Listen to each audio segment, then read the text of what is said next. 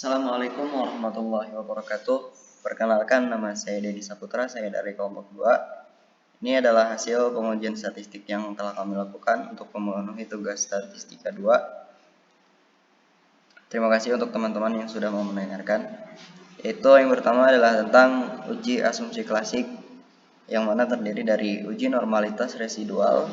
Bisa dilihat di situ adalah tabel KS, yang mana tabel KS ini menghasilkan asim signifikan sebesar 0,200. Dilihat dari hasil output SPSS di atas, nilai KS itu sebesar 0,071 dengan nilai asim signifikannya 0,200, yang mana lebih besar dari 0,05. Hal ini berarti hipotesis sama dengan 0, sehingga dapat disimpulkan bahwa data dalam penelitian ini memiliki distribusi normal. Ini adalah bentuk histogram dari variabel, yang mana bentuknya itu berbentuk lonceng terbalik, yang mana berarti data berdistribusi normal. Terus ada juga gambar scatter plot. Berdasarkan gambar tersebut, terlihat bahwa data menyebar di sekitar garis diagonal atau grafik histogramnya, yang mana menunjukkan pola distribusi normal. Maka model regresi memenuhi asumsi normalitas. Selanjutnya adalah uji multikolinearitas. Bisa dilihat tabelnya juga. Di sini nilai dari variabel toleransi yaitu senilai 0,969, yang mana lebih besar dari 0,1, dan nilai PIF sama dengan 1,032 lebih kecil daripada 10,00. Maka dapat disimpulkan bahwa untuk variabel independen X1 dan X2, jadi persamaan regresi tidak terjadi multikolinearitas. Dan juga berdasarkan grafik scatter plot menunjukkan bahwa tidak ada pola yang jelas dari titik-titik yang tersebar di atas, yang mana ini berarti di bawah angka 0 pada sumbu Y. Jadi dapat disimpulkan tidak terjadi heteroskedastisitas pada modal regresi.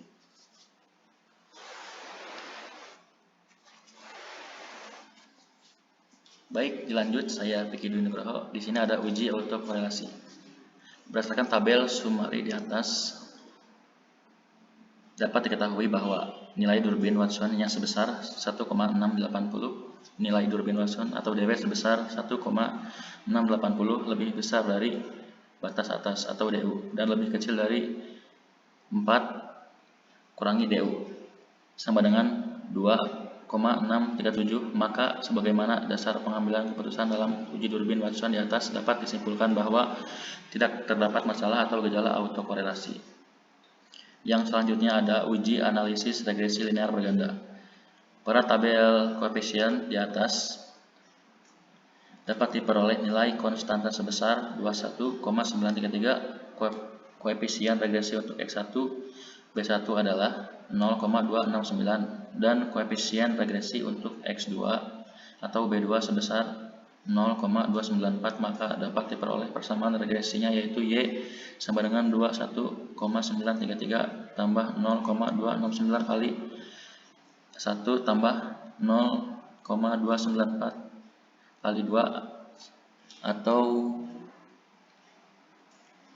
di sini ada interpretasi nilai konstanta A sama dengan 21,933 bertanda positif. Artinya ketika pelatihan dan pendapatan kerja bernilai 0, maka kinerja karyawan akan meningkat sebesar 21,933. Nilai B1 sama dengan 0,269 bertanda positif. Artinya pelatihan atau X1 memiliki pengaruh positif terhadap kinerja karyawan atau Y. Dengan kata lain, peningkatan pelatihan atau X1 akan diikuti oleh kinerja karyawan Y, atau penurunan pelatihan X1 juga akan diikuti oleh kinerja karyawan Y. Peningkatan X1 dalam satu satuan unit akan diikuti oleh kinerja karyawan sebesar 0,269. Nilai B2 sama dengan 0,294 bertanda positif. Artinya penempatan kerja atau X2 memiliki pengaruh positif terhadap kinerja karyawan atau Y. Dengan kata lain, peningkatan pendapatan kerja X2 akan diikuti oleh kinerja karyawan Y, atau penurunan pendapatan kerja X2 juga akan diikuti oleh kinerja karyawan Y. Peningkatan X2 dalam satu satuan unit akan diikuti oleh kinerja karyawan sebesar 0,294.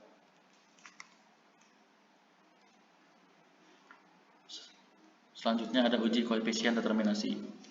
Pada tabel koefisien di atas, output SPSS di atas, pada kolom zero order nilai R variabel X1 terhadap Y sebesar 0,321 dan hubungannya bertanda positif. Perhitungan koefisien determinasi menggunakan rumus KD sama dengan R2 kali 100% sehingga diperoleh 0,321 kali 100% sama dengan 10,30%. Artinya dapat diketahui bahwa besarnya pengaruh pelatihan terhadap kinerja karyawan adalah 10,30%. Yang kedua, pengaruh pendapatan kerja terhadap kinerja karyawan. Berdasarkan output di atas, nilai R variabel X2 terhadap Y sebesar 0,34 dan hubungannya bertanda positif. Perhitungan koefisien determinasi menggunakan rumus KD sama dengan R2 kali 100% sehingga diperoleh 0,343 kali 100% sama dengan 111,76%. Artinya dapat diketahui bahwa besarnya pengaruh pendapatan kerja terhadap kinerja karyawan adalah 11,76%. Yang ketiga, pengaruh pelatihan dan pendapatan kerja terhadap kinerja karyawan.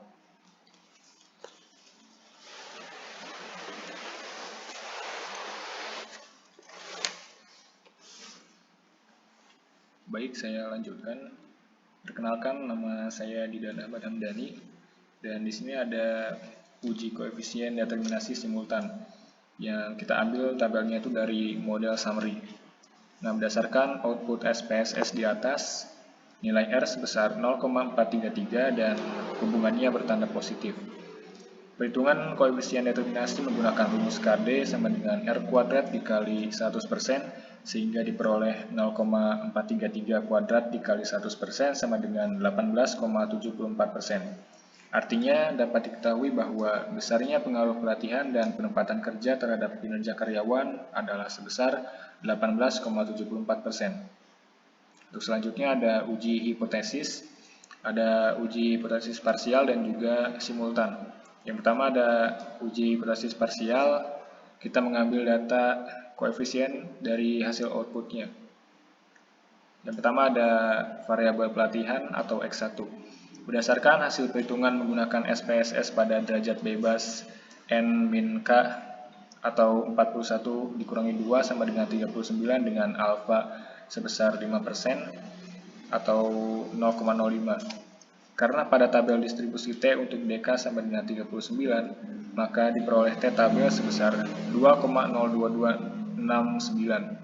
Kemudian diperoleh nilai T hitung sebesar 1,810 pada tingkat signifikansi lebih kecil dari T tabel dan pada signifikansi 0,078 lebih besar dari tingkat kesalahan 0,05. Berdasarkan kriteria tersebut, maka H0 diterima dan HA ditolak. Artinya tidak terdapat pengaruh signifikan antara pelatihan terhadap kinerja karyawan. Variabel kedua, penempatan kerja. Berdasarkan hasil perhitungan menggunakan SPSS pada derajat bebas N dikurangi K atau 41 dikurangi 2 sama dengan 39 dengan alfa sama dengan 5%. Karena pada tabel distribusi T untuk DK sama dengan 39, maka diperoleh T tabel sebesar 2,02269. Kemudian diperoleh nilai T hitung sebesar 1,990 pada tingkat signifikansi lebih kecil dari T tabel dan pada signifikansi 0,054 lebih besar dari tingkat kesalahan 0,05. Berdasarkan kriteria tersebut, maka H0 diterima dan HA ditolak. Artinya tidak terdapat pengaruh signifikan antara penempatan kerja terhadap kinerja karyawan. Kemudian selanjutnya ada uji hipotesis simultan. Kita mengambil output ANOVA sebagai ujinya.